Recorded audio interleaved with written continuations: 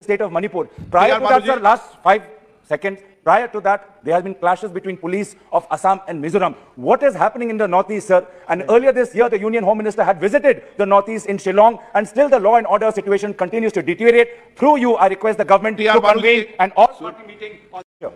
The killing of unarmed civilians is highly condemnable. And at this juncture, I appeal for peace from all sections of society. And peace can only be delivered if the Union Home Minister and the Union Defence Minister and the Government of India give us the truth and give us justice.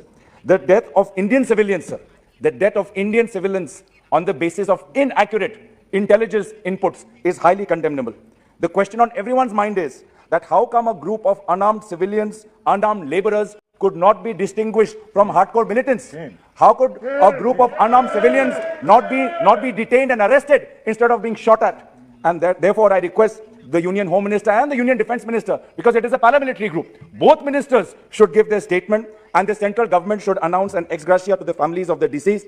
And sir, I appeal, if you look at what is happening in the Northeast, in this month, you had this dastardly attack on unarmed civilians. In November, our army colonel and his family was shot dead.